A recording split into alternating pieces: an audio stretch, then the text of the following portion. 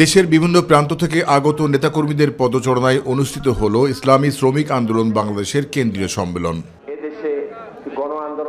Engineers ইনস্টিটিউশনের সম্মেলনে যোগ দিয়ে সংস্কার ও নির্বাচন প্রসঙ্গে কথা বলেন দলের নেতারা। আমাদেরকে প্রতিটা মুহূর্তে প্রতিটা পদক্ষেপে সতর্ক থাকতে হবে। এ সময় একটি সুন্দর দেশ বিনির্মাণে সবাইকে ঐক্যবদ্ধ হয়ে কাজ করার আহ্বান জানান দলটির সভাপতি মোহাম্মদ আমিনুল ইসলাম। ফ্যাসিস্ট সরকারকে তাড়াতে পারি, এটা আমরা প্রমাণ করেছি, কিন্তু নীতি না থাকলে আমরা শান্তি তালাশ করে পাবো না, এটাও প্রমাণিত হয়েছে।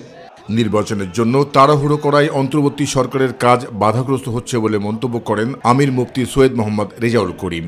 এখন পর্যন্ত 3 মাস 4 মাস যেতে পারে নাই, এর ভিতরে আমাদের যে তাড়াহুড়া, এর মাধ্যমে কিন্তু এই সরকার সুন্দরভাবে দেশ পরিচালনার যে সুস্থভাবে দায়িত্ব পালন করবে, এটা অনেক অংশে কিন্তু আমি বলবো ব্যাহত হয়েছে।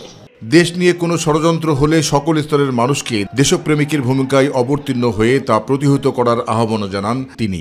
সকলকে আমি আহ্বান জানাচ্ছি, আসেন আমরা সবাই একত্রিত হই এবং সুন্দর দেশ গড়ার জন্য একমাত্র তার রক্ষা কবচ হলো তার নীতি আদর্শের নাম হলো ইসলাম। আর এই সুন্দর দেশ পরিচালনা করার জন্য নির্বাচন পদ্ধতি হবে পিয়ার সিস্টেমের নির্বাচন। বাংলার জমিনে নির্বাচন হতে পারবে না। জাহিদ আহমেদ বাবু, মাই টিভি, ঢাকা।